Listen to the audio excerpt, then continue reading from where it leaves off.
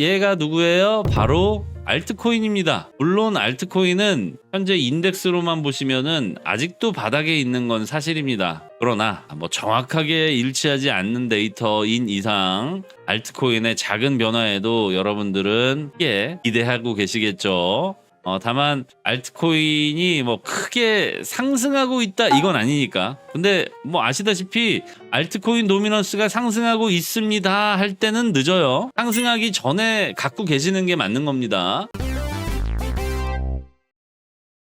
네, 안녕하십니까 부자 형님들 반갑습니다. 현물 ETF 확인하셔야겠죠. 어제 뭐 말씀드렸다시피 장외거래에서 살짝 안 좋았잖아요. 오늘은 살짝 좋습니다. 어제는 살짝 안 좋고 오늘은 살짝 좋고 좀 애매하단 얘기죠. 사람들이 갈피를 못 잡고 있는 것 같아. 일단은 박스권에서는 여전히 벗어나지 못하고 있고요. 지금 보니까 볼펜이 살짝 터치는 했어요. 그렇다면은 평균가에서 일반적으로 지지를 한 번 더 받을 가능성이 충분히 있어 보입니다. 다만 이번에 지지로 인해서 다시 한번 재상승을 하게 된다고 해도 바로 직전 고점에 대한 저항이 존재할 것이기 때문에 직전 고점은 아시다시피 신고점이에요. 신고점에 대한 저항이 어느 정도 보여질 것으로 지금 이제 거래량 추세도 보시면은 늘어났다 줄었다가 늘어났다가 줄었다가 늘어났다가 이제 더 이상 늘지 않고 계속해서 거래량 자체가 좀 줄어가는 모습 확인하실 수 있고요. 물론 단일 거래량이 이렇게 중요한 건 아닙니다만은 블록상으로 봐도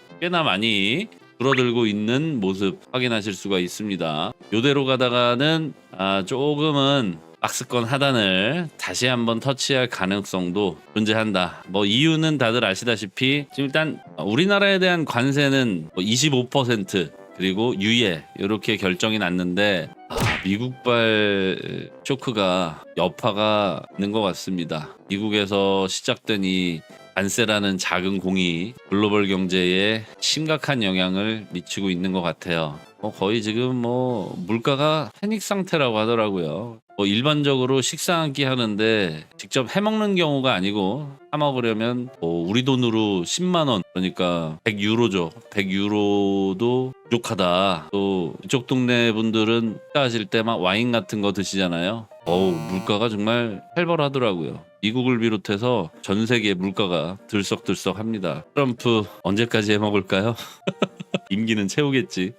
일단 현물 ETF에서 약간 좋은 상태니까 그렇게 걱정할 바는 아닙니다만 지금 뉴스에서 보셨겠지만 이제 비트코인하고 이더리움을 배제하고 나머지 그러니까 현물 ETF에 편입될 가능성이 상당히 높은 솔라나, 리플 이렇게 자금이 옮겨가고 있는 모습이 보여지고 있습니다. 언제까지나 지속되지는 않겠지만 이런 뉴스 나오면 확인 안 하실 수가 없는 게 도미넌스죠. 일단 현재 비트코인 도미넌스는 소강 상태를 보이고 있고요. 계속해서 높아질 것만 같다가 살짝 꺾였습니다. 그죠? 이렇게 좀 꺾였어요. 크게 꺾인 것은 아닙니다만은 근데 비트코인이 살짝 꺾일 때 살짝 오르고 있는 애가 있다. 얘가 누구예요? 바로 알트코인입니다. 물론 알트코인은 현재 인덱스로만 보시면은 아직도 바닥에 있는 건 사실입니다. 그러나 뭐 정확하게 일치하지 않는 데이터인 이상 알트코인의 작은 변화에도 여러분들은 크게 기대하고 계시겠죠.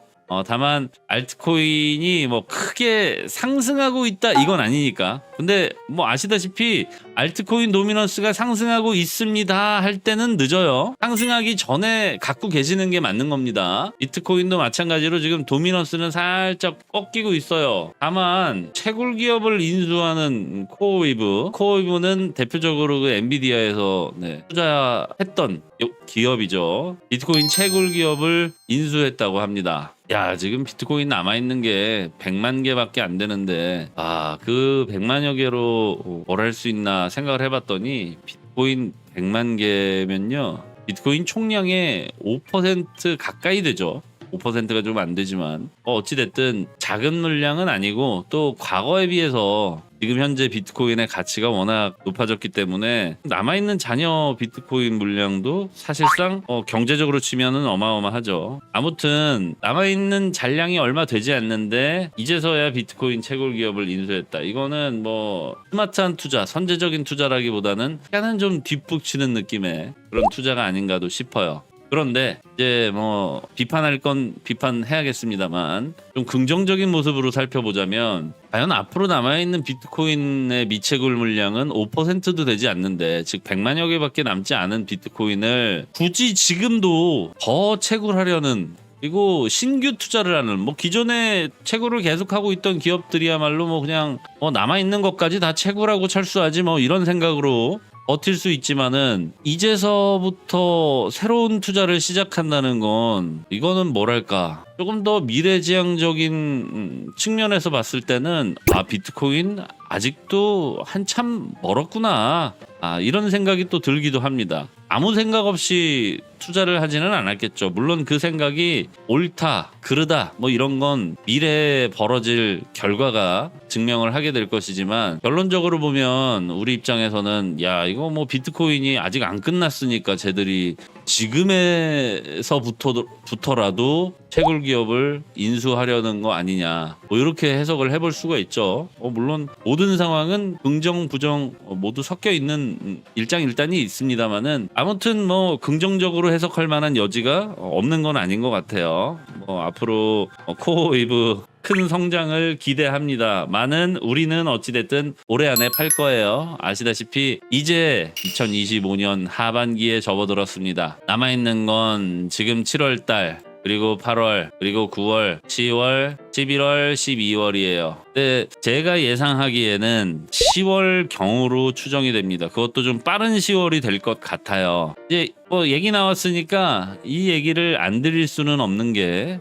2021년 최고점이 11월이었죠. 그리고 2017년 최고점이 12월이었습니다. 그래서 1개월씩, 그러니까 정확하게 4년 주기로 반감기를 맞이하고 있는 것은 맞지만, 최고점이 정확하게 4년 주기에 일치한다, 이렇게 보기는 조금 어려워요. 따라서 이런 추이로 보자면 1개월씩, 절대적으로 1개월씩 줄어가고 있다, 이렇게 해석하기는 좀 곤란하고, 그만큼 자금이 들어오는 속도가 조금씩 더 빨라지지 않겠느냐. 그렇다면 10월 초일 수도 있고 9월 말로 조금 앞당겨질 가능성 또한 존재하겠구나, 뭐 이렇게 좀 해석을 해볼 수가 있겠습니다. 물론 요거는 이제 뭐 거의 내피셜에 가까워요. 사실 데이터 자체가 사이클 3개밖에 안 되는 데이터라서 이걸 가지고 이게 뭐 어떤 그 법칙이다, 이렇게 말씀드리기는 조금 시기상조인 것 같고, 다만 뭐 언젠가는 증명이 될 수도 있겠죠.